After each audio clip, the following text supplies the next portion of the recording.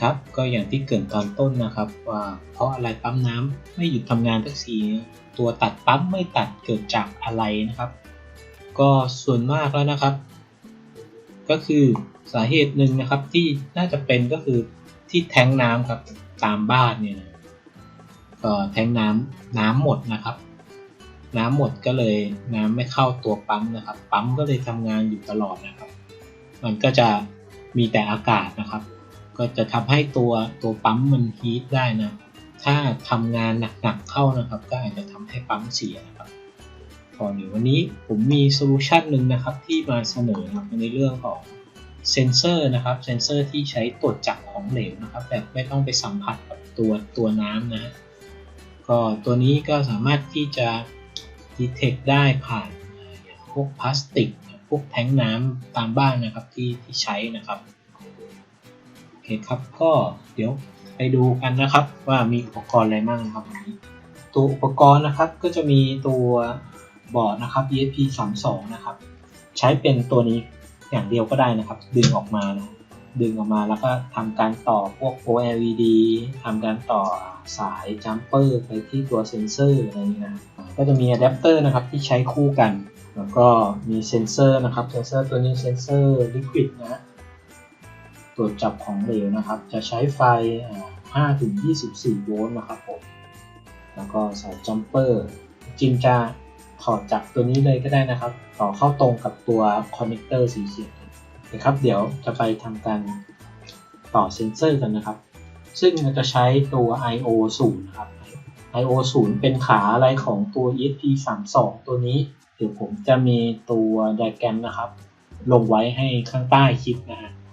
สามารถที่จะไปโหลดดูกันได้นะครับผมตัวนี้ก็จะมี3เส้นนะครับ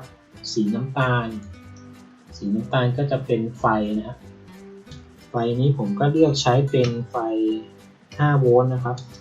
ที่ตัวบอร์ดก็จะมี5 โวลต์ 3.3 โวลต์นะครับจ่ายออกที่เทอร์มินอลขวาสุดก็คือจะเป็นของ5 โวลต์นะครับ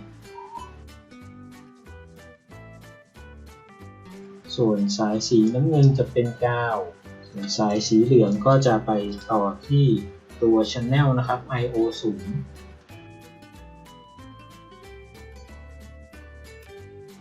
ก็น้ำเงินจะเป็นกาวนะครับเท่านี้ครับแล้วก็ต่ออะแดปเตอร์ตัวนี้จ่ายไฟ12 โวลต์นะครับนี่ผมโหลดโปรแกรมไปแล้วนะครับมันก็จะขึ้น starting นะครับจากนั้นก็จะขึ้นคำว่า water in tank แล้วก็ low เป็นกระพริบนะก็เดี๋ยวโค้ดตัวนี้ผมก็จะลงไว้ให้ในด้านล่างนะครับผมใต้คลิปนะ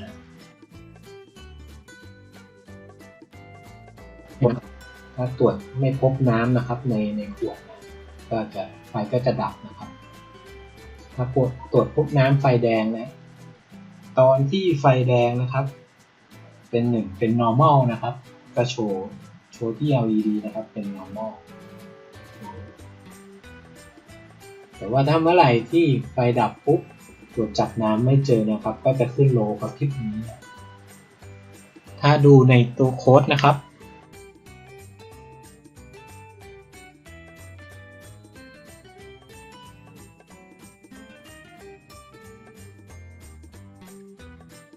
ก็ลองนำไปใช้ประยุกต์ใช้ได้นะครับก็เดี๋ยวคลิปหน้าก็ตรวจจับว่าตัวแท้งน้ำนะครับน้ำหมดนะก็ให้ส่งไลน์ไป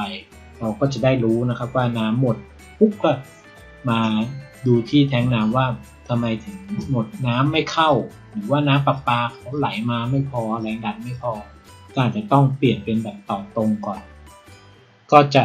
ทำให้ตัวปั๊มนะครับไม่เสียหายมากนะครับผมก็ยังไงก็ถ้าเกิดชอบยังไงก็กดไลค์กดแชร์กันได้นะครับแล้วอย่าลืมกดติดตามนะครับเพื่อจะได้ไม่พลาดนะครับตัววิดีโอคลิปใหม่ๆนะครับอย่างคลิปหน้าก็จะเป็นการแจ้งเตือนผ่านไลน์นะครับโอเคครับสำหรับวันนี้ก็ขอบคุณมากครับสวัสดีครับ